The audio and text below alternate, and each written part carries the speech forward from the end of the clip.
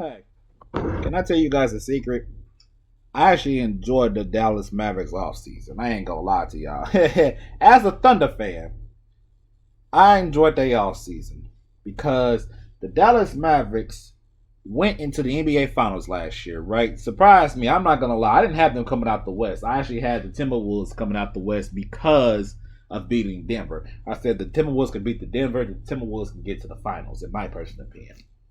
The Dallas shut the door on that, and that surprised me. In the finals, quite honestly, the players that's supposed to be shooting couldn't shoot. Luka didn't really look good out there. I'm not gonna lie. Kyrie looked even more questionable, but I think that has to do with a lot more other stuff, considering his history against the Celtics since leaving the Celtics. I think that was something different. And overall, the team just really seemed like they just couldn't compete against the Boston Celtics. Usually, now this is something a lot of teams end up doing sometimes. Usually after that, a lot of teams just try to run it back because they got that experience. They'll just run it back. Really don't make too many changes, and then they try for it again, and they failed because of that. The Dallas Mavericks didn't do that. Oh no. Oh no no no no. What the Dallas Mavericks did was they saw what happened. They said, you know what? We need to get more players. We need to get more stuff on this team. And that's what they did. That's exactly what they did. And man, the fact that they're still got their core members. You still got Kyrie. You still got Luka. You still got Derek Lively. You still got Jaden Hardy. You know, you still got Dwight Powell. I'm just tossing out little names. I know y'all know. I know what y'all looking for. They still kept Daniel Gafford and PJ Washington, which was their last season upgrade. But the team got even better. In my personal opinion, the team got even better. Quentin Grimes, a nice defensive player they got from Detroit. That's a really nice defensive player to have. Nigel Marshall, another really good player to have. Kessler Edwards could be a nice rotational player. I'm not too for sure what exactly he's gonna do for the team just yet. Nice rotational player. Brought back Spencer Dinwiddie. He's back again. Come on, man. Those little pieces being added to the team that was already finals, that popped up in the finals, and you add those players on the team. Now you're looking more of a threat. Now you can add a little bit more to the bench. Now if you needed to, you bring in a playmaker like Spencer Dinwiddie to take the ball out of Luka's hands and Kyrie's hands for a change, and have that third option out there with the ball in their hands. But I don't know how I skipped his name. You added in Klay Thompson. Now I know the big thing about Klay Thompson, because last year he wasn't the Klay Thompson that we all know and love. But this year, I'm gonna take a look at the stats, because I don't really do stats over here. Y'all know better. Y'all know this is not a stats only guy over here. You guys know I pay attention to a bunch of I talk about everything else. I don't really bring up the stats majority of the time. That's just who I am. But Klay Thompson just last year, the quote unquote wash version, right? Quote unquote wash version, he ain't the same Klay Thompson that he's always been, right? It's crazy that Basketball Reference got a projection that this man's about to average 22 points a game. It's crazy work. I ain't gonna lie to y'all. That's crazy work. But last year, as the quote-unquote wash version of Klay Thompson, he shot 43% from the field, the same thing that he's been doing post-injury. 38% from the three-point line, something that that the 2022 when he came back from injury, he shot 38% pretty much. So same thing there. His free throws, 92%. His career high in free throws, actually, the highest in free throws in general, even though he gets to the line twice a game, but that's post injuries, of course. But he's been like that forever. 3.5 rebounds, 2.5 assists. We know better with him. 18 points. That's it. 18 points per game. And for you advanced stat nerds, shout out to y'all. Y'all awesome. True shooting, 57%. That's something he's did in 2023 also. So for 2 years, 57% is what Klay Thompson's true shooting is. And guess what? He's going to be playing the small forward position again, because that's the position he's going to end up playing.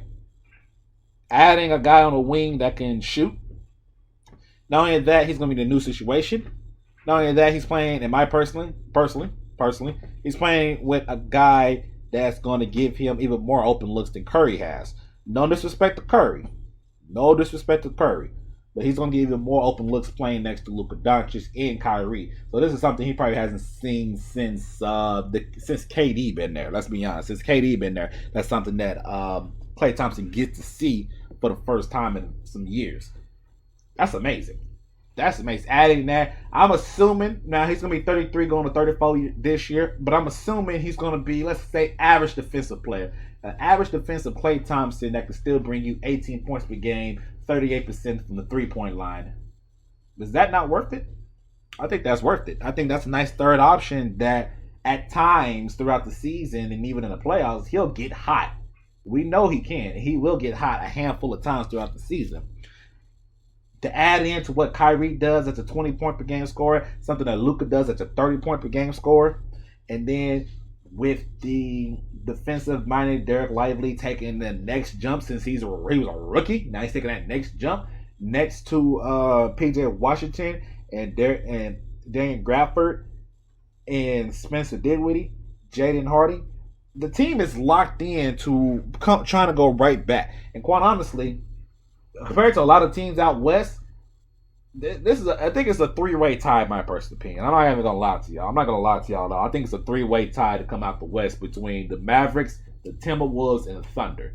My personal opinion. Every other team, quite honestly, really hasn't made that, not even that jump, but that jump to where I think they'll compete with these three. And if I had to put them in order, I'm biased. I go unbiased. I'll say Dallas Thunder, T-Wolves. That's the three order I put. And I'm biased, so my bias is Thunder first, and then the gap, and then it's y'all know what's up. But I think the Mavericks done exactly what the Mavericks should do.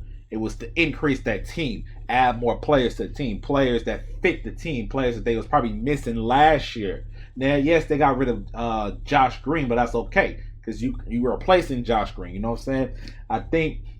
I think this team is going to run it. This team is going to run back to the conference final. I think this is the team that will be sitting in the conference final and waiting for the Thunder, the Timberwolves, or the Nuggets to come and meet them in the playoffs. I think that's exactly what's going to happen here.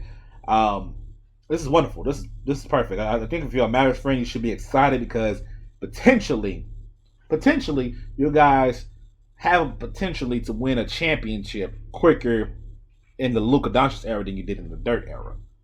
You remember in the Dirt era, Dirt went to the finals in 2006 and didn't get back to it again until 2011 to get his championship, and only championship. Here, they already went to the finals. Now it's trying to get back again, which I'm assuming they're trying to break that curse and trying to get that championship before Luka becomes a free agent again. So, I think Dallas, I think you guys did a great job. I think it's a very exciting season. I think once everything is gelled in, which I think is going to, I don't think it's going to take too long for everybody to gel in perfectly. I think Klay Thompson's going to be like, yeah, this is the most open I've been in a while. I think all of that. I think it's going to be a really successful season. This team could be pushing a 55 to 60 win mark. I think Luka's going to end up becoming MVP this year. I'll talk about that once I'm done with all the NBA teams about who I think is going to win MVPs and stuff. I think we're going to see a Klay Thompson bounce back year. I'm not saying number-wise like his points per game. I think his points per game probably stays between 18 and 20. Just percentages could go back up. That 3-point percentage could go back to the 41% that he used to shoot. You know what I'm saying? Things of that nature. But wonderful off season. Big threat in the West. One of the best teams in the West, in my personal opinion. And it's going to be very difficult. It's going to be another difficult out. That's what I know. You guys hit the like, comment, and subscribe. Let me know down in the comment section what you're thinking about the Dallas Mavericks going into next year. And I'll catch you guys on the next one.